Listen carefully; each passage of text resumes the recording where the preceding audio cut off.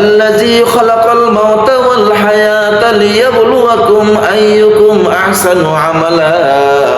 আল্লাযী, যিনি খালাকা, সৃষ্টি করেছেন, মাউতা, মৃত্যু, অর্থাৎ আল্লাহ তাআলা মৃত্যু সৃষ্টি করেছেন, ওয়াল হায়াতা, এবং জীবন সৃষ্টি করেছেন। অর্থাৎ আমাদেরকে মৃত্যু এবং জীবন দান কেন করেছেন, কেন সৃষ্টি করেছেন? আল্লাহ তাআলা বলেন লিয়াবলুয়াকুম, যে তোমাদেরকে পরীক্ষা করার জন্য, আইয়ুকুম আহসানু আমালা, তোমাদের মধ্যে কে উত্তম আমলের অধিকারী। ভালো আমল কার, কে ভালো কাজ করেছে, কে নেক কাজ করেছে, কে কতটুকু নেক আমল করেছে, সেটা পরীক্ষা নিরীক্ষা করার জন্য, যাচাই বাছাই করার জন্য আল্লাহ রাব্বুল আলামিন আমাদেরকে মৃত্যু এবং জীবন দান করেছেন। আল্লাহ তাআলা পরের অংশে বলেন ওয়াহুয়াল আজিজুল গফুর, তিনি হয়েছেন পরাক্রমশালী এবং ক্ষমাশীল। আসসালামু আলাইকুম ওয়া রাহমাতুল্লাহি ওয়া বারাকাতুহু। নাহমাদুহু ওয়া নুসাল্লি আলা রাসূলিহিল কারীম। আম্মা বাদ। দেশ এবং প্রবাস থেকে যে যেখান থেকে পবিত্র কুরআনুল কারীমের সংক্ষিপ্ত আলোচনা শ্রবণ করতেছেন, সকলকে উদাত্ত আহ্বান করব, আপনারা সকলেই আমলের নিয়তে শ্রবণ করবেন ইনশাআল্লাহ। তো আজকে আপনাদের খেদমতে পবিত্র কুরআনুল কারীমের 29 পারা সূরা মুলুকের প্রথম 3টি আয়াত থেকে সংক্ষিপ্ত আকারে কথা বলবো ইনশাআল্লাহ। আল্লাহ রাব্বুল আলামিন অত্র আয়াতের মধ্যে বলেন, বিসমিল্লাহির রহমানির রহিম, তাবারাকাল্লাযী বিয়াদিহিল মুলক, বড় বরকতময় সেই সত্তা যার হাতে সারা জাহানের রাজত্ব, হুয়া আলা কুল্লি শাইইন কাদির, তিনি সর্ব বিষয়ের উপর ক্ষমতা রাখেন। আমার প্রিয় ভাইরা, পর্দার অন্তরালের মা ও বোনেরা, তাহলে এই আয়াতের মাধ্যমে বোঝা গেল সারা জাহানের মধ্যে সবচাইতে ক্ষমতাধর হয়েছেন কেবলমাত্র শুধুমাত্র মহান আল্লাহ সুবহানাহু ওয়া তাআলা। আমার প্রিয় ভাইরা, আল্লাহ রাব্বুল আলামিন পবিত্র কুরআনুল কারীমের সূরা আলে ইমরানের 26 নং আয়াতের মধ্যে জানিয়েছেন, কুলিল্লাহুম্মা মালিকাল মুলকি তুতিল মুলকা মান তাশা ওয়া তানজিউল মুলকা মিম্মান তাশা ওয়া তুইজ্জু মান তাশা ওয়া তুযিল্লু মান তাশা বিয়াদিকাল খায়র ইন্নাকা আলা কুল্লি শাইইন কাদির।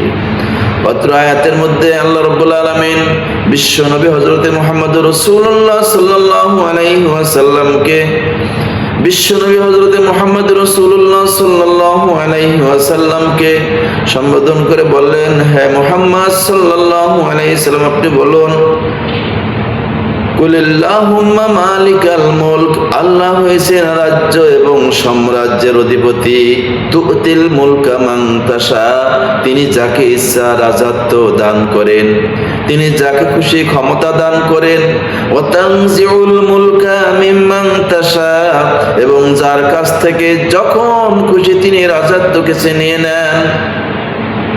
আমার প্রিয় ভাইরা, তাহলে এই আয়াতের দ্বারাও বোঝা গেল ক্ষমতার মালিক হয়েছে কেবলমাত্র আল্লাহ। আল্লাহ রাব্বুল আলামিন যাকে ক্ষমতা অর্পণ করবেন, তিনি কেবলমাত্র শুধুমাত্র ক্ষমতায় আসতে পারবেন।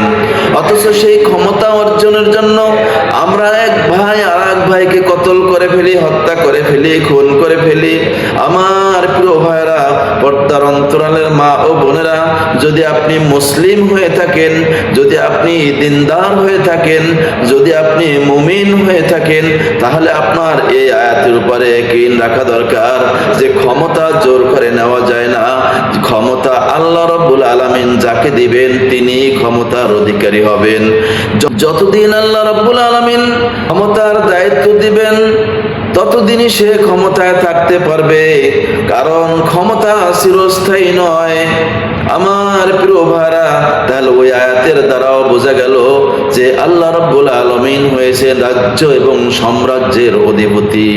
পরবর্তী অংশে আল্লাহ তাআলা বলেন, অতুইজ্জু মান তাশা, তিনি যাকে ইচ্ছা সম্মানিত করেন, অতুজিল্লু মান তাশা, তিনি যাকে ইচ্ছা অপমানিত করেন, বিয়াদিকাল খায়র, সমস্ত কল্যাণ রয়েছে তার হাতে, ইন্নাকা আলা কুল্লি শাইইন কাদির, নিশ্চয়ই তিনি হয়েছেন সর্ব বিষয়ের উপরে ক্ষমতাবান।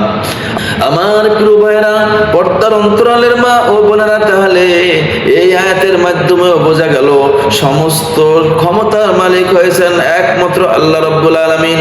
তাহলে এই সূরা মুলুকের শুরুতে তিনি জানিয়ে দিলেন বড়ই বরকতময় সেই সত্তা, অর্থাৎ সেই আল্লাহ যার হাতে সারা জাহানের রাজত্ব রয়েছে আর তিনি সর্ববিষয়ের উপর ক্ষমতা রাখেন।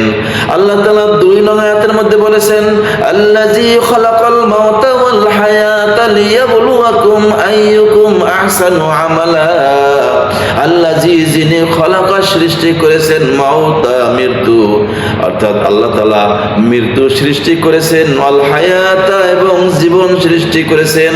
অর্থাৎ আমাদেরকে মৃত্যু এবং জীবন দান কেন করেছেন, কেন সৃষ্টি করেছেন? আল্লাহ তাআলা বলেন লিয়াবলুয়াকুম, যে তোমাদেরকে পরীক্ষা করার জন্য, আইয়ুকুম আহসানু আমালা, তোমাদের মধ্যে কে উত্তম আমলের অধিকারী, ভালো আমলকার, কে ভালো কাজ করেছে, কে নেক কাজ করেছে, কে কতটুকু নেক আমল করেছে, সেটা পরীক্ষা নিরীক্ষা করার জন্য, যাচাই বাছাই করার জন্য আল্লাহ রাব্বুল আলামিন আমাদেরকে মৃত্যু এবং জীবন দান করেছেন। আল্লাহ তাআলা পরের অংশে বলেন, ওয়াহুয়াল আজিজুল গফুর, তিনি হয়েছেন পরাক্রমশালী এবং ক্ষমাশীল। আল্লাহ তাআলা 3 নং আয়াতের মধ্যে বলেন, আল্লাযী খালাকা সাবআ সামাওয়াতিন তিবাকা, তিনি সৃষ্টি করেছেন সপ্ত আসমান, স্তরে স্তরে পাট পাট করে তিনি সপ্ত আসমান সৃষ্টি করেছেন। মা তারা ফি খালকির রহমানি মিন তাফাউত, আল্লাহ তাআলা বলেন তুমি মা তারা, তোমরা দেখতে পাবে না, ফি খালকির রহমান, রহমানুর রহিমের সৃষ্টির মধ্যে, মিন তাফাউত, কোনো সংগতি। ফারজিল বাসার, অতএব তুমি চোখে উঠিয়ে দেখো, হাল তারা মিন ফুতুর, তুমি কোনো ত্রুটি দেখতে পাবে না। তাহলে এই আয়াতগুলির মাধ্যমে জানতে পারলেন এত বড় ক্ষমতা যার হাতে রয়েছে, যিনি পরিচালনা সব কিছু করেন, তাহলে তার সর্বসময় আমাদের শুকরিয়া আদায় করা উচিত কিনা? আমাদের সর্বসময় আল্লাহর শুকরিয়া আদায় করা উচিত। তার কারণ আল্লাহ রাব্বুল আলামিন অন্যত্র আয়াতের মধ্যে জানিয়েছেন, লা ইন শাকারতুম লা আযীদান্নাকুম ওয়া লা ইন কাফারতুম ইন্না আযাবি লাশাদীদ। আল্লাহ তাআলা বলেন, লা ইন শাকারতুম লা আযীদান্নাকুম, যারা আমার শুকরিয়া আদায় করবে আমি তাকে নিয়ামত বাড়িয়ে দেব, ওয়া লা ইন কাফারতুম ইন্না আযাবি লাশাদীদ, আর যারা আমার শুকরিয়া আদায় করবে না, জেনে রাখো আমার আযাব অনেক কঠিন। আল্লাহ রাব্বুল আলামিন আমাদের সকলকে অত্র আয়াতগুলির উপর আমল করার তৌফিক দান করুন, আমিন। ওয়া আখিরু দাওয়ানা আনিল হামদুলিল্লাহি রাব্বিল আলামিন। আসসালামু আলাইকুম ওয়া রাহমাতুল্লাহি ওয়া বারাকাতুহু।